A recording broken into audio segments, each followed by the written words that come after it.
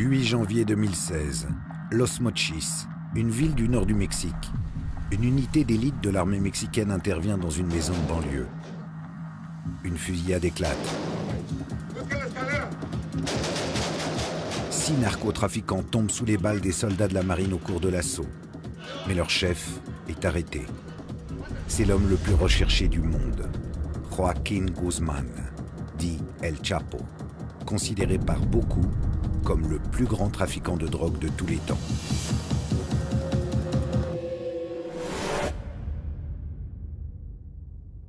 Moi, je le résume ainsi, c'est un génie du mal. C'est un roi, un dieu, un personnage surhumain. El Chapo, c'est une légende vivante, à tel point qu'Hollywood, dans les mois qui précèdent son arrestation, rêve de faire un film sur sa vie de chef de cartel. C'est Sean Penn qui va décrocher la timbale. L'acteur parvient à rencontrer le Chapo en novembre 2015 et publie dans Rolling Stone la toute première interview de Guzmán, l'homme poursuivi par toutes les polices mexicaines et américaines. Tout comme Oussama Ben Laden était l'incarnation du terrorisme islamique, le Chapo Guzmán est l'incarnation du narcotrafic dans le monde. Alors, comment un homme recherché à ce point peut-il donner des interviews? Le pouvoir de son cartel serait-il plus fort que l'État lui-même? Pour comprendre, il faut pénétrer au cœur de son organisation, de Sinaloa. Joaquín Guzmán Loera est en quelque sorte le PDG d'une multinationale du crime appelée Cartel de Sinaloa. Une multinationale présente dans plus de 52 pays au monde. Spécialisé dans le trafic de drogue, le cartel engendre des bénéfices faramineux. Son pouvoir est si immense qu'il a un jour déposé dans une banque des États-Unis la somme de 378 milliards de dollars. Mais plus que la drogue et l'argent, le mythe du Chapo vient de sa capacité à s'évader. En 2001, il s'échappe de la prison de Puente Grande, le début d'une cavale de 13 ans qui en fait l'ennemi public numéro 1. Capturé en 2014, il remet le couvert 17 mois plus tard, d'une manière plutôt spectaculaire, par un tunnel ultra sophistiqué de plus d'1 kilomètre de long, débouchant sur sa cellule. El líder del cartel de Sinaloa escapó la noche del sábado de la prisión de máxima seguridad El Altiplano. Celui qu'on surnomme le roi des tunnels a tracé sur une moto fixée sur des rails et tuné façon évasion. C'est le seul narcotrafiquant qui peut se vanter de s'être échappé 2 fois d'une prison de haute sécurité.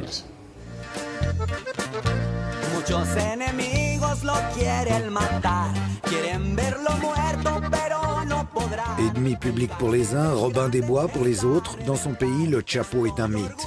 Des centaines de chansons à sa gloire, appelées narco-corridos, pullulent sur le net, contribuant à cette image de bienfaiteur. Joaquín Guzmán, ¿por qué? Porque él es el que ayuda al pueblo. El gobierno se debe de encargar a secuestradores, no a gente que nos ayuda. Del Chapo Mais derrière l'image bon enfant se cache un redoutable prédateur qui tue ou fait tuer par milliers ceux qui se mettent en travers de sa route. Un chef de guerre redouté par tous les cartels. Il se faisait la guerre pour savoir qui était le plus dur. Si le cartel des États se laissait 10 têtes coupées quelque part, Sinaloa en laissait 10 le lendemain. Alors, quel est le secret de la longévité de Joaquín Guzmán? Pourquoi El Chapo, qui a défié la mort depuis plus de 40 ans, est-il encore vivant? Nous allons vous montrer comment celui qu'on surnomme le Courteau, le Petit, a construit le plus grand empire mondial de la drogue. Une histoire écrite en lettres de sang, où la cocaïne et la corruption règnent en maître et où la vie d'un homme ne vaut guère plus qu'une quinzaine de dollars.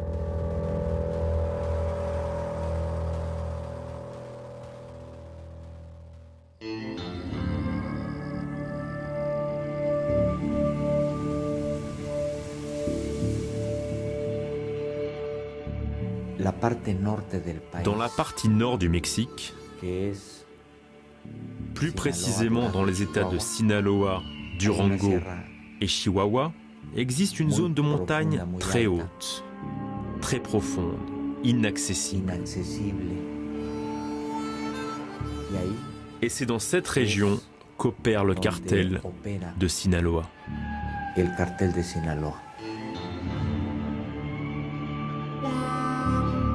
C'est dans cette sierra, une des régions les plus pauvres et reculées du Mexique, que naît en 1954 Joaquín Archibaldo Guzmán Loera, dit El Chapo, un surnom qui remonte à son enfance. Sa mère m'a dit que quand il était enfant, un de ses oncles l'appelait toujours le petit, à cause de sa petite taille. Et à force de l'appeler comme ça, le surnom lui est resté. Il grandit entouré de 6 frères et sœurs dans une famille d'agriculteurs. Enfin, pas n'importe quel type d'agriculteur. C'est du pavot et de la marijuana que cultive Papa Guzmán avec l'aide de ses fistons. Dès son enfance, il s'est mis à aider son père au champ. Toute sa famille cultivait le pavot. Ses parents, ses oncles aussi. C'était donc dans l'ordre des choses qu'ils s'y mettent, comme n'importe quel gamin du coin d'ailleurs. Eh oui, les opiacés, la spécialité locale, c'est ce qui a valu à la région le surnom de Triangle d'or, un état de fait qui remonte à la Seconde Guerre mondiale. Durant la Seconde Guerre mondiale, Mexico est devenu le principal fournisseur de morphine pour les soldats américains. Et ça avec l'aval et même à la demande du gouvernement américain. Ils ont toléré et même encouragé la plantation de marijuana et de pavot dans les régions de Guerrero et de Sinaloa. Quand la guerre s'est terminée, ils n'ont pas pu stopper cette production, notamment parce que de nombreux Américains étaient devenus accros à l'héroïne. Les paysans du coin se sont mis à produire de grandes quantités de drogue pour le gouvernement américain, et c'est devenu un véritable mode de vie. Sinaloa, c'est la Sicile mexicaine. Ce passé de terroir de la chenouf a fait émerger après-guerre une génération de cadors du trafic qui ont poussé à l'ombre des pieds de pavot. Sinaloa est une pépinière de chefs de cartel. C'est l'aristocratie du trafic à Mexico. Les plus grands narcotrafiquants du pays viennent de Sinaloa et plus particulièrement d'une commune du nom de Badiraguato. Quand on grandit dans la Sierra, 2 choix s'offrent à vous. Continuer à cultiver la drogue pour quelques poignées de pesos ou tenter de la dealer en montant à la capitale, Culiacán, pour devenir un narco. Avec les risques que ça comporte, mais aussi les perspectives glorieuses de montagnes de dollars et de jolies filles. Un choix vite fait pour le Chapo. D'autant que son père a des liens de parenté avec un gros bonnet du narcotrafic, un entre-gens qui va permettre aux courteaux de s'extirper de ses montagnes natales, à la force du flingue. Il vient de ce milieu rural, mais il va vite grimper les échelons du cartel. En tant que tueur à gages d'abord, puis comme responsable de certaines zones de trafic, et jusqu'à devenir un des sous-lieutenants de l'organisation. Durant les années 80, le trafic de drogue mexicain est contrôlé par un homme, Félix Gallardo, dit El Padrino, le parrain, un ex-flic passé du côté obscur de la force. C'est pour son compte que El Chapo travaille. En plus de gérer le commerce de l'héros et de la marijuana, Gallardo est l'homme de confiance des cartels colombiens de la cocaïne.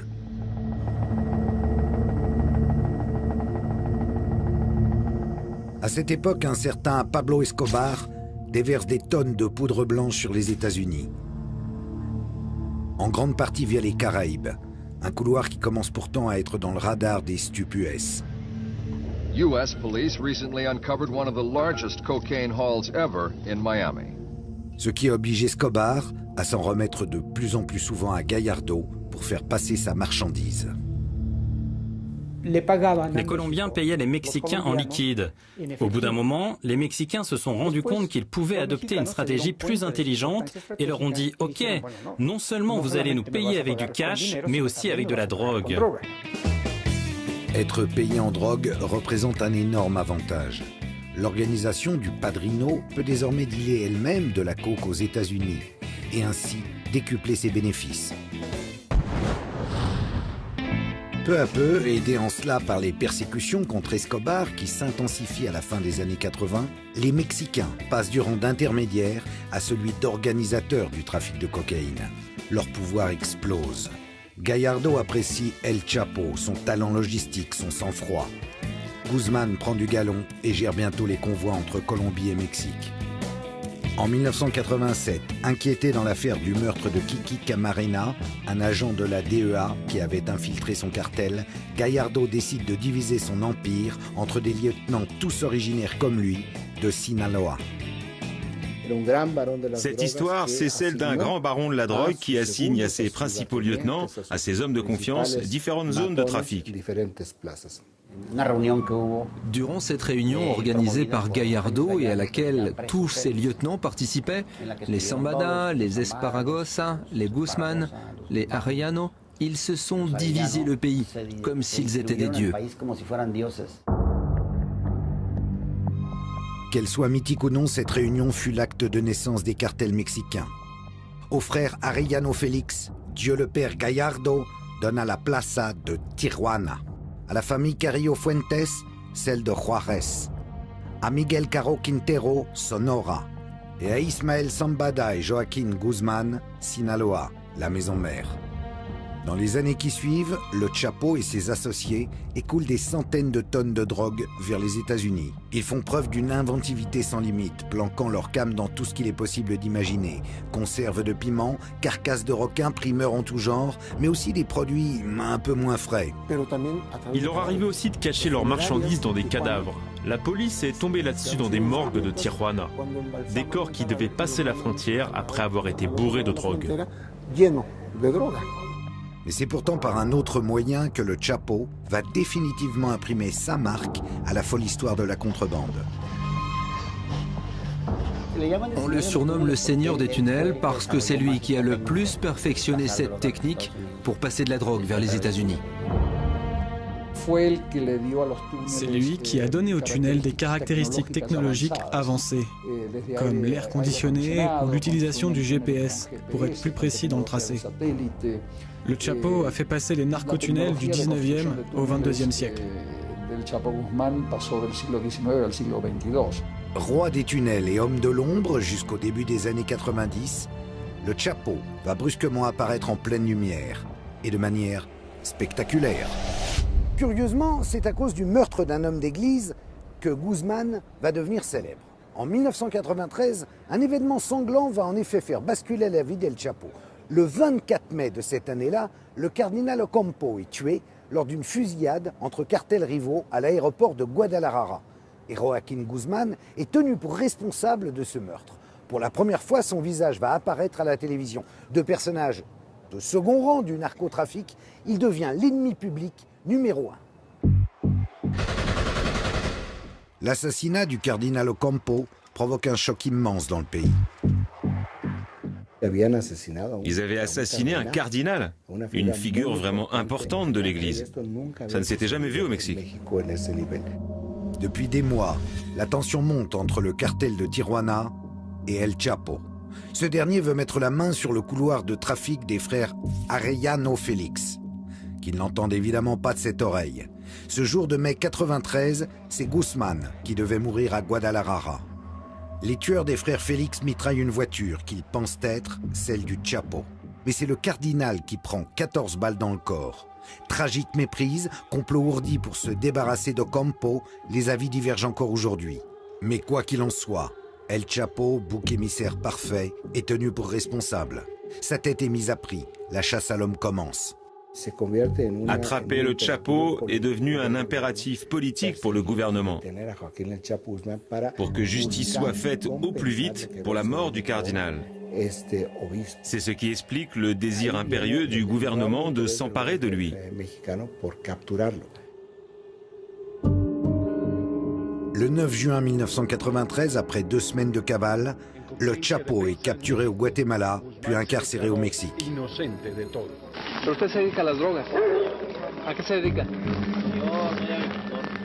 Difficile d'imaginer en voyant ce jeune homme, à l'air un peu abruti, qu'il sera une quinzaine d'années plus tard considéré comme le criminel le plus puissant au monde. En voulant lui faire porter le chapeau, le gouvernement ne se doute pas qu'il lui a rendu le plus grand service de sa vie. En novembre 1995, Guzmán est transféré à la prison de haute sécurité de Puente Grande. Enfin, haute sécurité à la mexicaine. Le genre d'endroit où les chefs narcos gèrent souvent encore mieux leur business que s'ils étaient dehors. Quand le gouvernement capture ce genre de narcotrafiquants, ils les incarcèrent, mais ils ne leur confisquent absolument rien, pas le moindre dollar.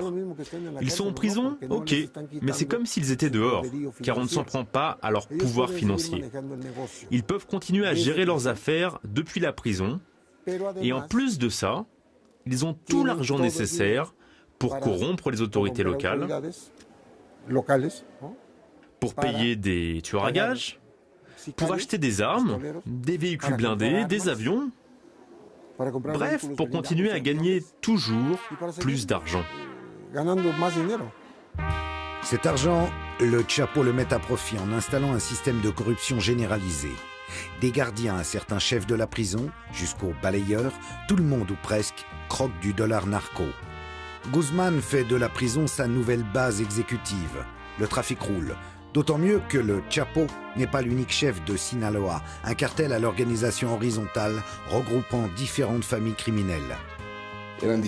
Il s'agit de différents clans qui se sont regroupés sous la même marque. Le cartel de Sinaloa est constitué de plusieurs groupes, de plusieurs familles, parmi lesquels on retrouve les Casares, les Zambada, les Esparragosa et aussi les Guzmán. Chacune de ces organisations, de ces familles, a sa propre armée, ses propres moyens, ses propres routes. Mais cela fait des décennies qu'ils travaillent ensemble. Et c'est pour cela qu'on les appelle le cartel de Sinaloa. Au cours de l'année 99, le cartel parvient même à placer certains de ses hommes à la direction. La prison devient carrément l'hôtel Chapo. Il organisait des fêtes à l'intérieur de la prison. Il faisait venir des groupes de musique. Et puis il distribuait aussi pas mal d'argent à droite à gauche. Il avait la vie vraiment facile, une vie de luxe même.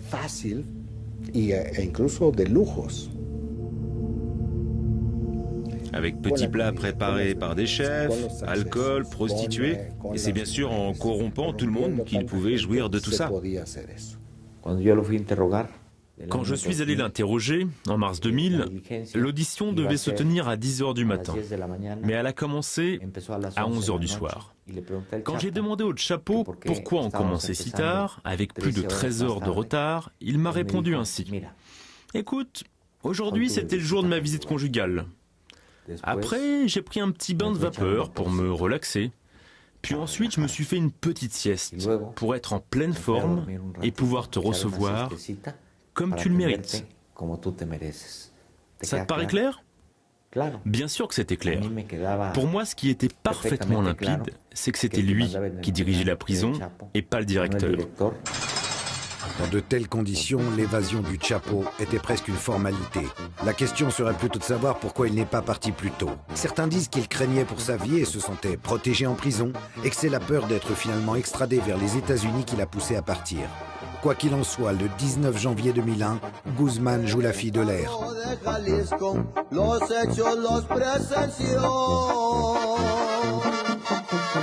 Del penal de Puente Grande, el Chapo se les peló, de acuerdo con los custodios, que el Chapo Guzmán compró. La primera fuga. Il existe deux versions de la première évasion de Joaquim Guzmán. La première, l'officielle, soutient qu'il s'est échappé dans un chariot de linge sale caché à l'intérieur. La seconde version, enfin celle qui est considérée comme la vérité par les gens qui ont enquêté sur cette affaire, c'est qu'il est sorti par la porte. Que ce sont les autorités elles-mêmes qui ont ouvert toute grande la porte à Guzmán. Suite à cette évasion, le gouvernement de Vicente Fox devient la risée mondiale et la prison de Puente Grande se voit renommée en Puerte Grande. La Grande Porte. Le Chapo devient quant à lui instantanément un véritable mythe. Le fait que Guzmán ait été le premier détenu à s'échapper d'une prison de haute sécurité lui a conféré un statut quasi légendaire.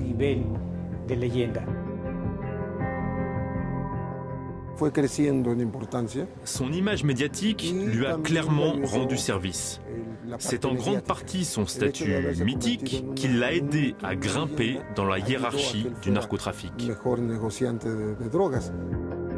Son escapade confère à Guzmán une aura énorme auprès de ses collègues narcos. C'est auréolé de ce statut nouveau qu'il se remet aux affaires. D'autant que, comme le suggère son évasion facilitée, il semble soutenu au plus haut niveau par le pouvoir politique.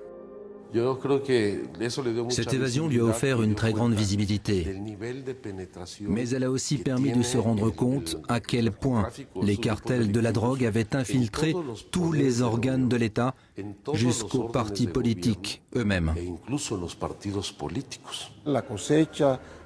La production et le trafic de drogue ne peuvent pas s'effectuer sans l'autorisation, ou tout au moins la permissivité, du gouvernement.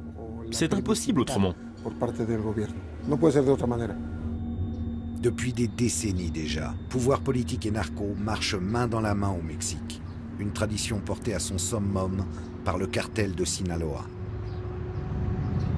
Le cartel de Sinaloa possède une dimension politique très importante. Il pactise contrairement aux autres organisations criminelles. Il passe des accords, il dialogue, il négocie avec les autorités. Il y a de nombreuses preuves de cela. C'est ainsi qu'ils agissent depuis près d'un siècle. Les trafiquants de Sinaloa sont comme ça. Il s'agit de pactes tacites. Du genre, tu finances ma campagne électorale et en échange, je te laisse tranquille. Je protège ton organisation. En prison, le Chapo aurait donc pactisé avec le gouvernement. Une supposition que la suite de son histoire rendait plus crédible. Début 2000, faire des millions ne lui suffit plus. Il veut être El Padrino, un parrain omnipotent qui contrôle tout, à l'image de Gallardo, son mentor. Dans les années qui suivent sa sortie de prison, il engage une guerre terrible pour s'approprier les couloirs de trafic des cartels de Tijuana et de Juárez.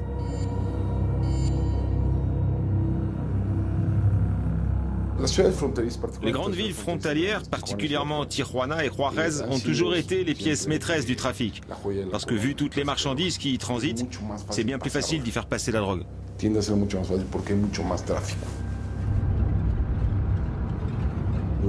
Durant 3 ans, ils ont incendié Tijuana. Le nombre de meurtres, de kidnappings, d'extorsions a explosé. Côté Tijuana, les résultats ne se font pas attendre.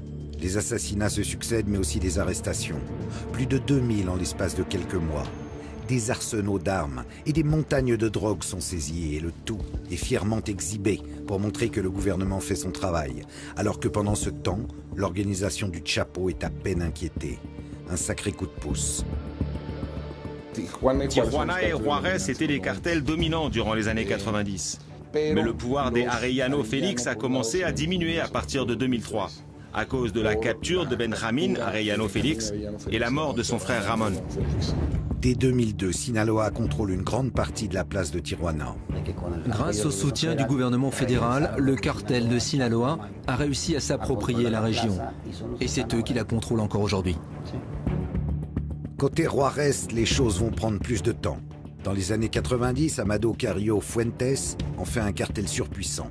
On le surnomme alors le Seigneur des cieux, rapport à la flotte de Boeing 727 dont il se sert pour transporter la coke. Il disparaît en 97.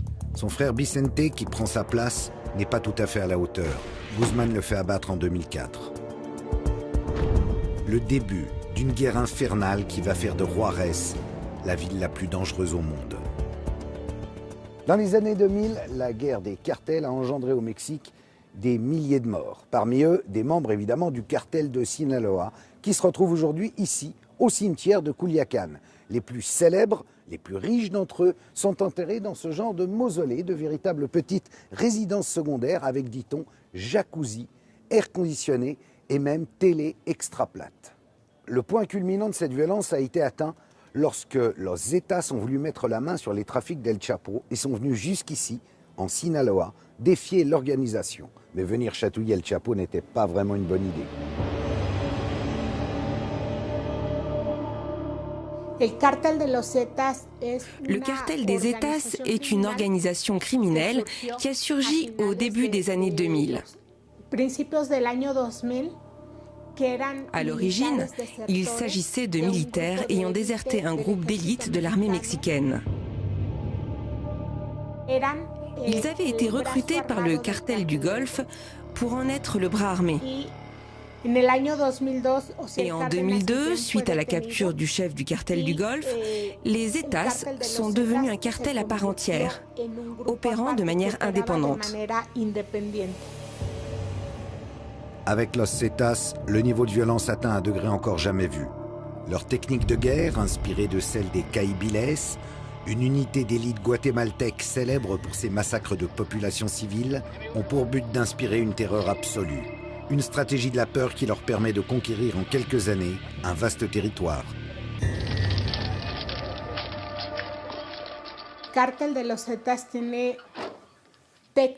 Le cartel des Zetas utilise des méthodes de violence allant jusqu'à la décapitation et même au démembrement de ses victimes. Les Zetas sont un groupe intégralement violent. Ils ne semblent pas avoir de stratégie particulière, si ce n'est d'arriver quelque part, de s'approprier le lieu par la violence, avant de continuer à avancer pour faire la même chose ailleurs.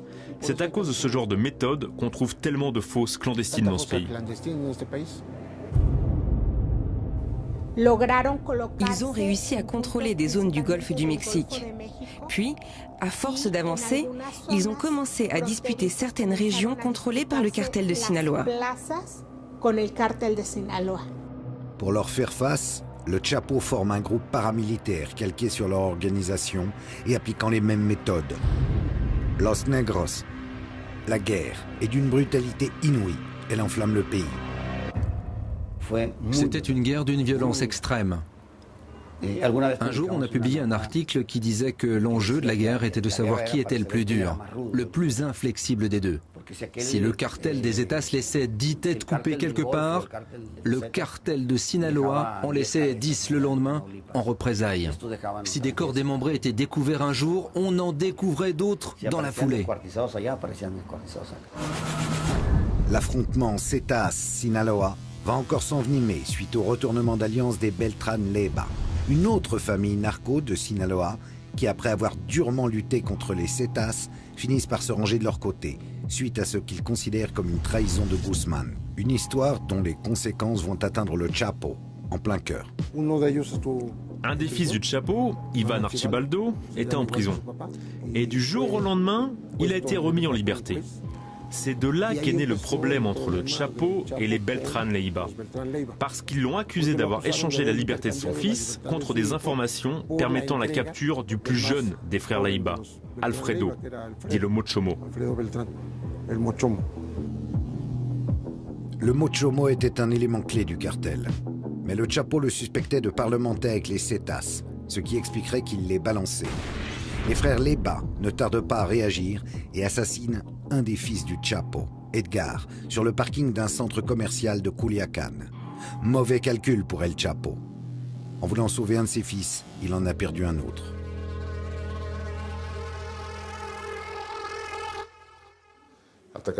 S'en prendre à la famille a des conséquences très sérieuses, c'est clair.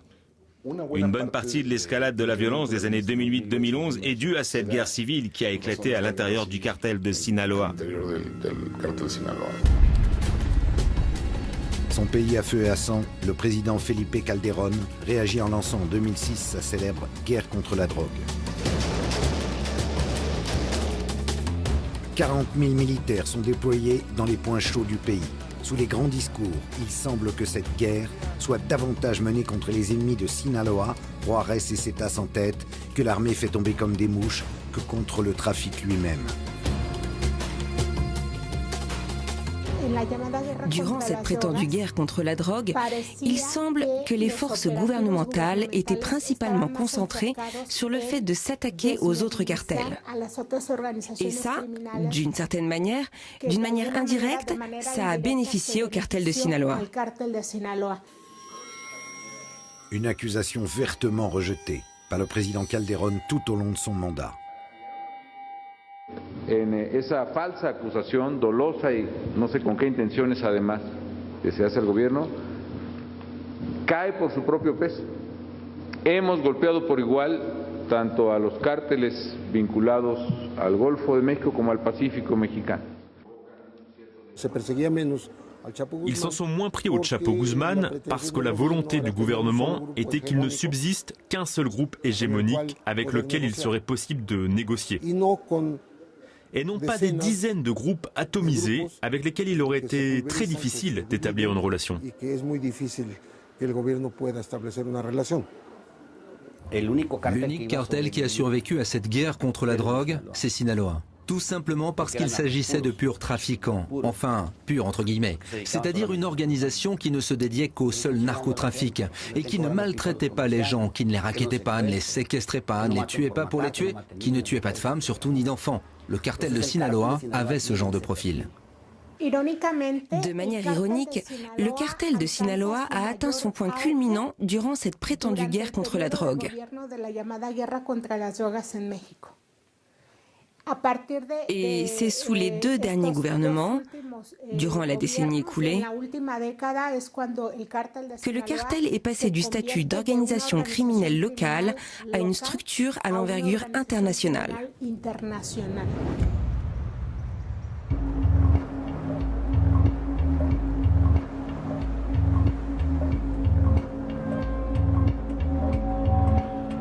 Cette guerre contre la drogue, au bilan humain terrifiant, plus de 100 000 morts, est en fait l'émanation mexicaine d'une politique américaine lancée par Nixon.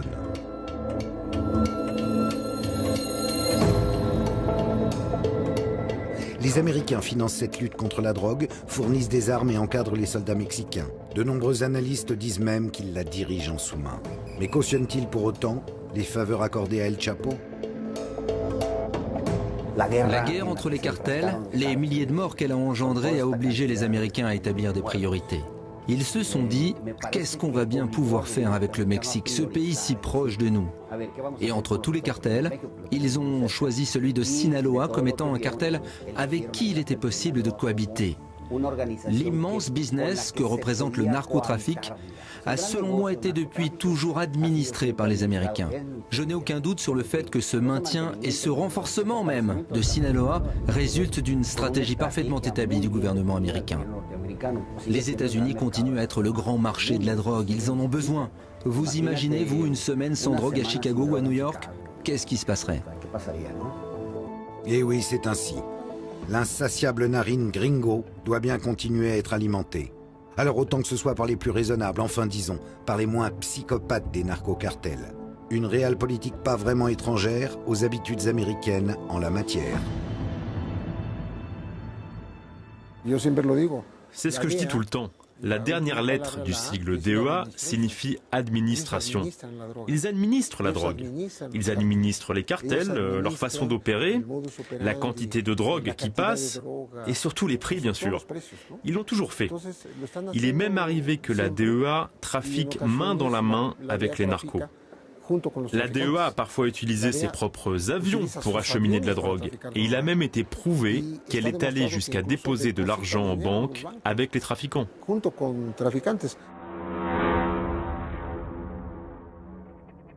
Nicaragua, années 80, des membres de l'administration Reagan financent secrètement les Contras, un groupe armé luttant contre le gouvernement sandiniste, un peu trop socialiste à leur goût. Pour récupérer de l'argent, les services US vendent en sous-main des armes à l'Iran. Officiellement un de leurs pires ennemis, le fameux scandale de l'Iran Gate. Moins connu, des agents de la CIA pactisent aussi avec Escobar et Gallardo. Vous vous souvenez, le mentor du Chapo. Le deal, ils ferment les yeux sur le trafic de coke, quand ils ne l'organisent pas eux-mêmes, en échange d'une aide financière aux Contras. Pas difficile d'imaginer à la lueur de ce genre d'informations que le Chapo ait pu avoir des relations étroites avec les services américains. Des documents déclassifiés l'attestent. Des rencontres entre officiers de la DEA et chefs de Sinaloa ont eu lieu durant la guerre contre la drogue. Des deals du genre tuyau sur les autres cartels contre protection. Et quand ce ne sont pas les enjeux géopolitiques qui parlent, il reste le dollar. La corruption du Chapo ne s'arrêtant pas vraiment à la frontière. Là où il existe un niveau de corruption aussi important, voire même plus important que chez nous, eh bien c'est aux États-Unis. Tout le monde est de mèche là-bas aussi. Des autorités aux patrouilles frontalières en passant par les maires et les forces policières des principaux centres de consommation. Quelle quantité d'argent sale est blanchi dans le système financier américain? Des milliards et des milliards de dollars. Les banques américaines font partie des principales institutions financières dont se sert le cartel pour blanchir son argent. On pourrait aussi parler du trafic d'armes. 80% des armes qui entrent de manière illicite dans notre pays viennent des États-Unis. Tout ça pour dire que l'économie américaine bénéficie elle aussi très largement des activités du cartel.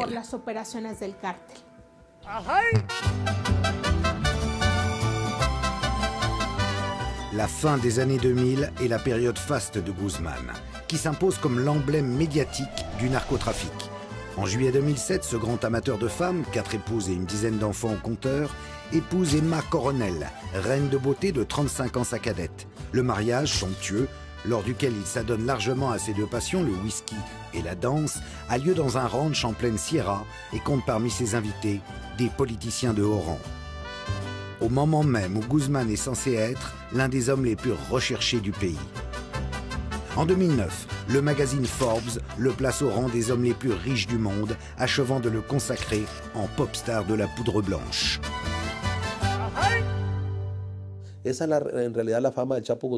La célébrité du Chapo a encore été accrue quand Forbes l'a classé 701e de sa liste des hommes les plus riches au monde. Ça nous a tous rendus fiers ici. Et lui en tout premier, je crois. Quand ils l'ont attrapé, il avait d'ailleurs un pistolet sur lequel était gravé le numéro 701, comme dans la revue. Ce classement a énormément renforcé sa popularité. Ses ennemis ayant été balayés, le pouvoir du cartel de Sinaloa explose mondialement. Il contrôle désormais une énorme partie des exportations de coke, d'héros, mais aussi de meth, un business dont s'occupe tout spécialement Guzman en faisant venir les ingrédients nécessaires à sa confection depuis la Chine.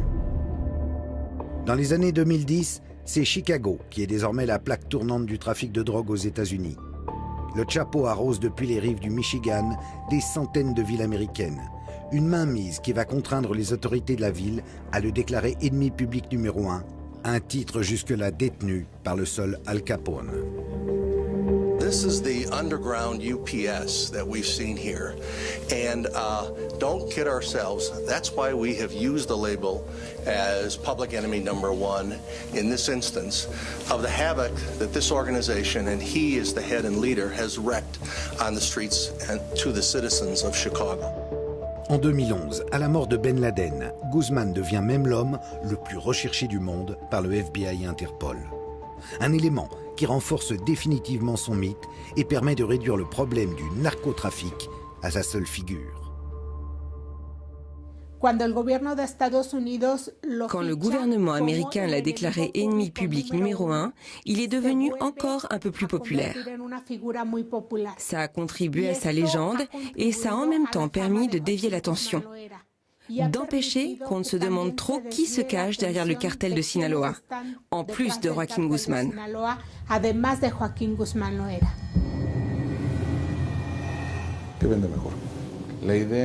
Qui est-ce qui est le plus vendeur? L'idée d'un ennemi public numéro 1 ou celle qu'il y a 1 à 2 millions de citoyens américains qui sont d'une manière ou d'une autre impliqués dans le trafic? Construire une histoire de James Bond est bien plus vendeur et pratique que tenter de faire comprendre la complexité du business. Les États-Unis ont présenté de manière simplificatrice le Chapo comme si c'était le mal absolu.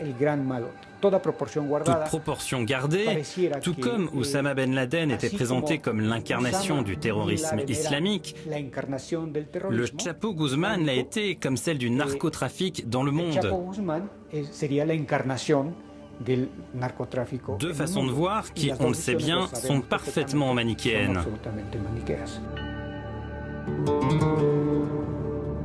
À l'instar de Ben Laden, en favorisant Sinaloa, les États-Unis ont fomenté un monstre dont le pouvoir leur échappe.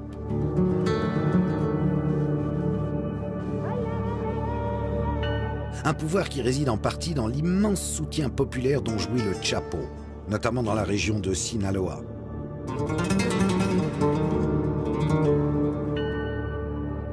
Ce saint à moustache que vous voyez derrière moi, c'est Jesús Malverde, un bandit mexicain au grand cœur du début du siècle dernier, révéré aujourd'hui par tous les narcos du pays.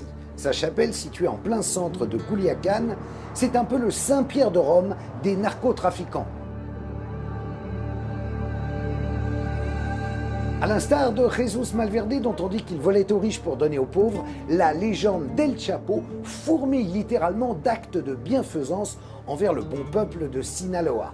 Alors, Robin des Bois, ce El Chapo, mythe ou réalité?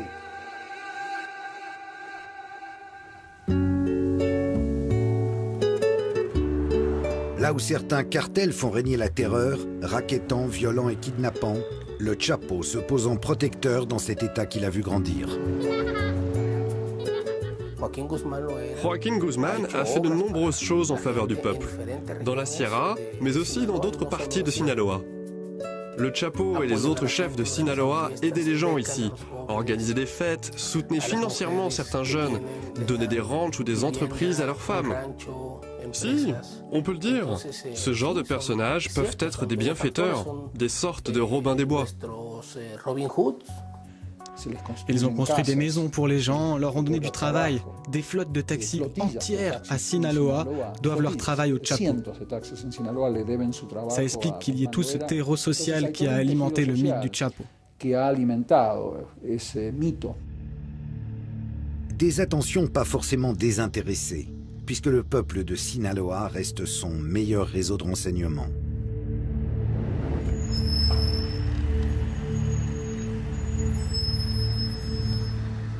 Quand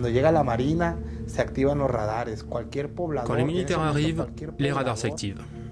N'importe quel villageois peut devenir les yeux du Chapo, lancer l'alerte et l'aider ainsi à prendre la fuite. Il sait bien qu'il a besoin d'un soutien populaire, que ça lui sert à se protéger.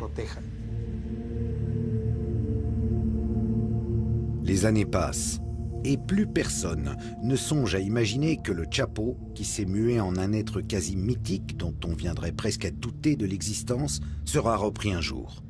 On en sait très peu sur la vie de Guzmán durant ses 13 ans de cavale. Tout juste qu'entre de très nombreux voyages d'affaires au Mexique et à travers le monde, il passe une bonne partie de son temps en Sinaloa, dans ses villas de Culiacán ou ses ranchs de la Sierra. Durant cette période, des centaines de personnes jurent l'avoir aperçu à travers tout le pays. Parfois au même moment, à deux endroits différents. Omnipotent, omniscient et doué d'ubiquité, le Chapo. Il y a plein de gens, tout un tas, qui assurent qu'ils ont vu le Chapo entrer dans un restaurant et dire « Messieurs, mesdames, nous allons fermer les portes de l'établissement pour un petit moment. Veuillez confier vos téléphones portables à mes hommes, leur repas vous est offert. » On m'a raconté la même histoire à Durango, à Chihuahua, en Basse-Californie. Cette histoire, c'est moi qui l'ai relatée. Moi, je suis journaliste, je n'écris pas des romans. Cette anecdote s'est vraiment passée ici, à Culiacán. Je l'ai recoupée, je l'ai rédigée et je l'ai publiée. Si on raconte que ça s'est passé ailleurs, ça, je ne sais pas. Avec le Chapo, c'est comme si les mensonges et la réalité racontée par les médias, par le gouvernement et par l'opinion publique étaient mis dans un shaker et qu'on mélangeait le tout. À la fin, tout se confond et il devient presque impossible de distinguer le vrai du faux. Mais je pense que toutes ces histoires qui tournent autour de Guzmán alimentent son mythe et l'adoration dont il fait l'objet. La cavale de Guzmán devient source de plaisanteries dans tout le Mexique. Une histoire de gendarmes et de voleurs tragicomiques au déroulement immuable.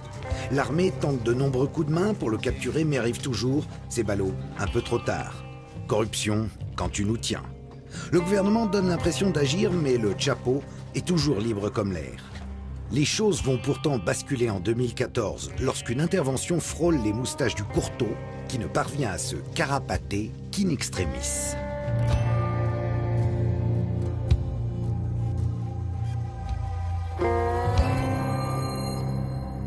C'est par un tunnel secret relié à ces canalisations qu'El Chapo s'est enfui de sa résidence principale de Culiacán en février 2014 lors d'un raid contre lui de la marine.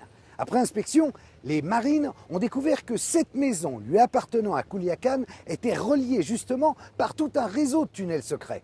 Pas pour rien que le Chapo a pour surnom El Señor de los Tuneles.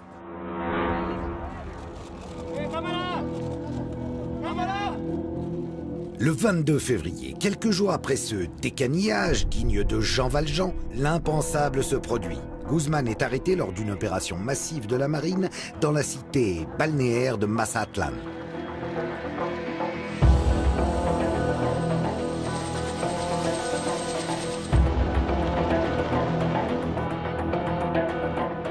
Son identité est immédiatement confirmée par analyse digitale, puis il est emmené en avion vers Mexico City pour une identification formelle. Une capture mondialement suivie qui donne lieu à diverses interprétations. Pour certains, ce serait son attachement à ses filles qui aurait perdu Guzmán. Il est éperdument épris de ses filles. C'est vraiment son point faible. Quand ils l'ont attrapé à Mazatlán le 22 février 2014, il était avec ses filles et la maman des petites aussi. Ce qu'il éprouve pour ses petites filles, des enfants très jolis, puisque leur mère est une ancienne reine de beauté, l'a poussé à s'exposer, à prendre des risques et à entraîner sa capture. Pour de nombreux autres analystes, cependant, l'arrestation réalisée sans qu'aucun coup de feu n'ait été échangé flairerait le coup monté, la mascarade médiatique. Le plus logique aurait été qu'il se réfugie dans un lieu plus sûr, quelque part dans le triangle d'or. Mais au lieu de ça, il est allé à Mazatlán, sans filet de sécurité, sans que personne ou presque ne soit là pour le protéger. On peut dire que c'est une manière d'agir pour le moins inhabituelle de Joaquín Guzmán. Je pense que sa capture est passée par un accord avec le gouvernement et que c'est pour ça qu'il n'y a pas eu d'affrontement. Que c'est pour cette raison que sa capture s'est déroulée sans le moindre accrochage.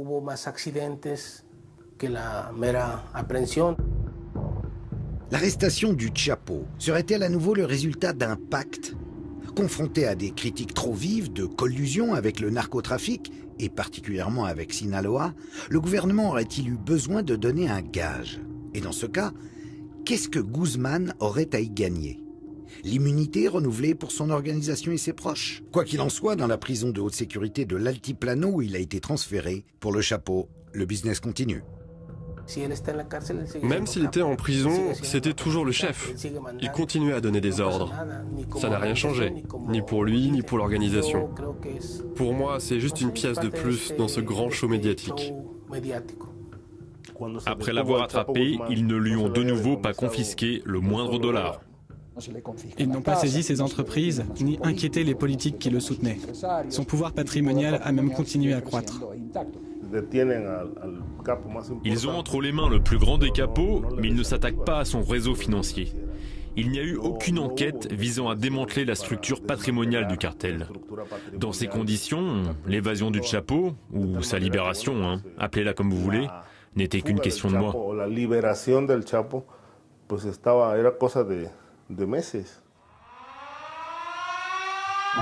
Le 11 juillet 2015, 17 mois après son arrestation, la nouvelle tombe, provoquant l'ahurissement général. Le Zorro des temps modernes s'est encore fait la malle. Pas par la grande porte cette fois-ci, mais par ce fameux tunnel de plus d'1 kilomètre de long.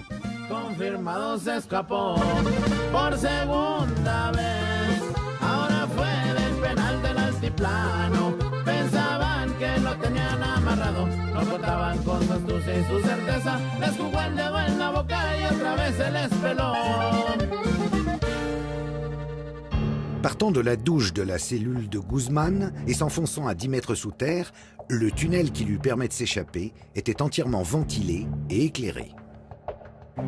Les tunnels du Chapo sont sans doute les plus sophistiqués au monde. Mieux, tout au long de ces 1500 mètres, des rails ont été fixés pour guider la moto jusqu'à une maison construite spécialement pour l'occasion et sur laquelle le tunnel débouche. Une entreprise digne d'un chantier public, du jamais vu. Il s'agit d'une logistique extrêmement précise, impliquant la connaissance des procédés mécaniques d'excavation, des techniques de construction de tunnels, mais aussi certainement l'utilisation d'une puce pour géolocaliser la cellule du Chapo et faire un tracé parfaitement droit arrivant pile au bon endroit. Alors pour mener à bien un tel chantier, on estime qu'il a dû être commencé plus ou moins le jour de son incarcération. Une évasion hollywoodienne qui pose encore une fois la question de complicité au plus haut niveau. Sont impliquées toutes les autorités du système pénitentiaire, celle de la Commission nationale de sécurité publique, celle des services secrets aussi, sans oublier que le périmètre de la prison était censé être surveillé par l'armée.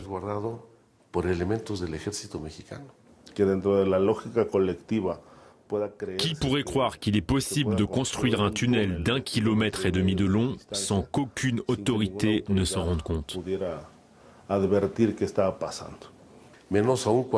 C'est encore plus invraisemblable quand on sait qu'il y a une caserne de l'armée à moins de 300 mètres de la maison sur laquelle débouchait le tunnel et par où le Chapo est sorti. Il aurait simplement fallu qu'il construise une cellule au premier étage de la prison pour se prémunir de l'évasion par un tunnel. L'enquête va en rester à la corruption au sein de la prison. Mais on ne remontera pas au niveau où les décisions ont été prises. Pour résumer les choses simplement, le gouvernement ne va pas enquêter sur lui-même. Qu'il y ait eu un laisser-faire au plus haut niveau semble certain. Le reste n'est que supposition. Le gouvernement n'a-t-il pas respecté le pacte, si pacte il y a eu, poussant le Chapo à s'évader? L'évasion faisait-elle elle-même partie du pacte? Et aussi, est-il possible que Guzmán ait corrompu une bonne partie de l'appareil d'État sans que le président lui-même soit mis dans la confidence? Seul Chapo le sait. Il redevient en tout cas l'homme le plus recherché de la planète. Le début d'une gigantesque chasse à l'homme. La traque pour mettre la main sur Joaquín Guzmán, dit El Chapo, mobilise tout ce que le Mexique compte d'uniforme, avec en première ligne, évidemment, l'élite de l'élite, la marine, et puis les militaires au total. Plus de 10 000 hommes sont là, dans le triangle d'or de la drogue. Et pour les civils, une récompense exceptionnelle de 3 800 000 $ offerte à qui aidera à la capture d'El Chapo. La seconde cavale de Guzmán n'aura duré que 6 mois. Le 8 janvier 2016, il est arrêté suite à un raid dans une maison de Los Mochis.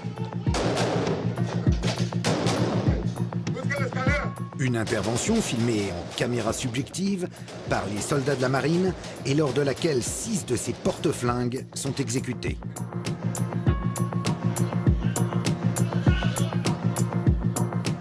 Vous l'aurez deviné, le Chapo est parvenu à fuir, par un tunnel évidemment, menant aux égouts et dont l'accès était planqué derrière le miroir de sa chambre avant d'être finalement repris. Retour à la case prison.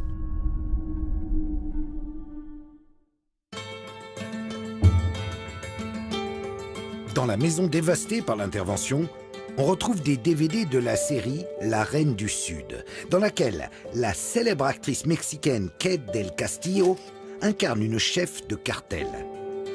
C'est elle qui a servi d'intermédiaire pour la rencontre avec Sean Penn 3 mois plus tôt, lors de laquelle l'acteur a réussi le tour de force d'obtenir l'interview de l'homme que toutes les forces de police rêvaient de coffrer.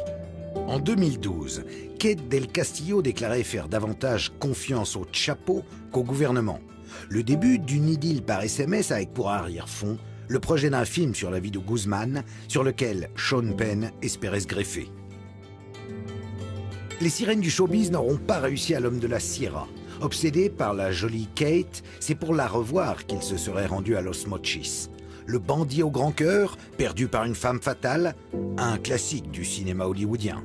La fin parfaite pour son futur biopic. Mais pendant que le Chapo attire tous les projecteurs, le narcotrafic et son flot d'argent sale et de cadavres ne semblent pas près de se tarir.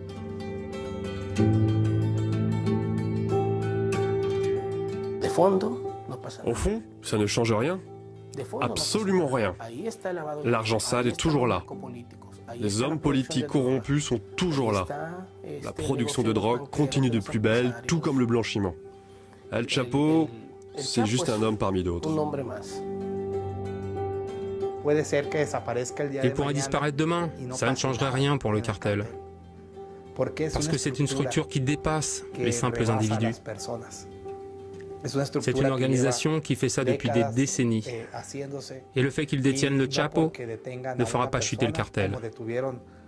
On l'a déjà bien vu pendant que le Chapo était en prison. Le cartel a continué à grandir.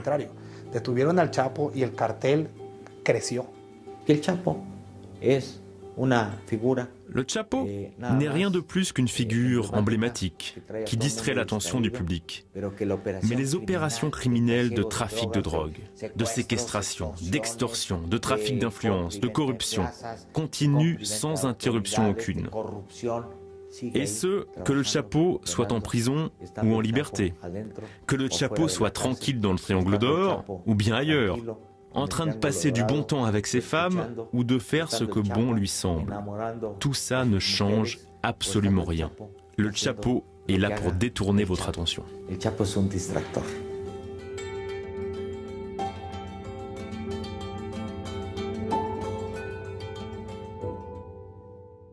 Narcotrafiquant le plus connu au monde, El Chapo a désormais un statut mythique. Un mélange de Zorro, de Pancho Villa ou de Walter White, aussi craint qu'admiré, dont on n'a sans doute pas fini d'entendre parler.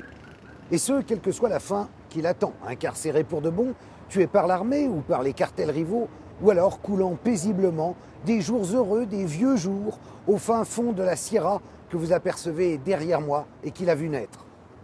Et qui sait, comme ils le font avec Jesus Malverde, peut-être les narcos du siècle prochain viendront-ils ici, à Culiacán, pour implorer l'aide de leur nouveau saint, Santo Chapo Guzmán.